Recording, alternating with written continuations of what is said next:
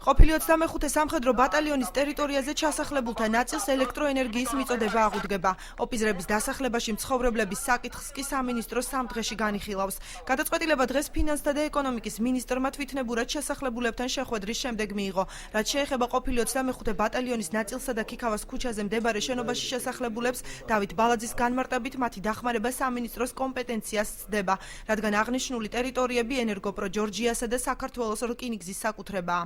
რაც შეეხება 25 ბატალიონს, იქ ნაწილი არის კერძო საკუთრება და ნაწილი არის აჭარის საკუთრება. კერძო საკუთრებაში ჩვენ ვერ მივიღებთ გადაწყვეტილებას, იმიტომ რომ ეს კერძო კომპანიის კომპეტენცია არის.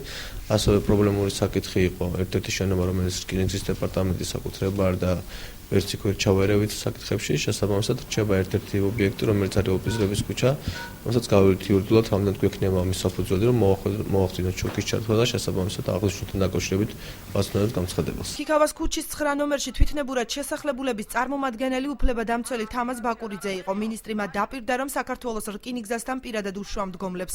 საქართველოს რკინიგზაში კი აცხადებენ, რომ საკუთრების შესახებ ინფორმაციას მხოლოდ წერილობით გასცემენ.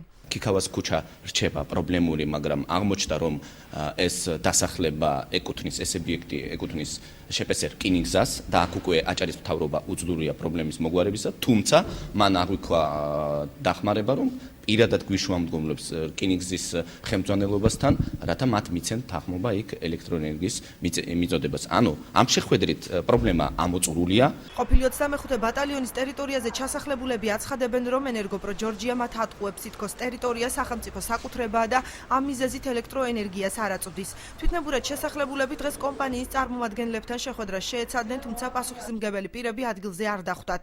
ენერგოპრო ჯორჯია გვატყუებდა, რომ არაა ჩვენ ბალანსზე სახელმწიფო ბალანსი, ეხლა აღმოჩნდა, რომ მათ ბალანსზე ზის, მთავრობიდან ძალიან დიდი მადლიერი ვართ. ჩვენი საქმე მიიტანეს გულთან და დაგვირდე, რომ იქნება აღდგენილი შუქები. ეკონომიკის სამინისტროს ეს ბალანსი არ აწერია, ეს ყოფილა ჩვენი ტერიტორია ელექტრო ჯორჯიასი. ხო, ახლა იქიდან წამოვიღეთ საბუთი სურათი გადაღებული და მოვაკითხეთ, აგერ იმალა ყველა უფროსიც მოადგილეს არავინ არა. ენერგოპრო ჯორჯიას საზოგადოებასთან ურთიერთობის სამსახურის უფროსმა სატელევიზიო კომენტარზე უარი განაცხადა. პირად საუბარში კი დაადასტურა, რომ ტერიტორია ნამდვილად კომპანიის კერძო საკუთრებაა და იქ ქვესადგურის აშენება იგეგმება.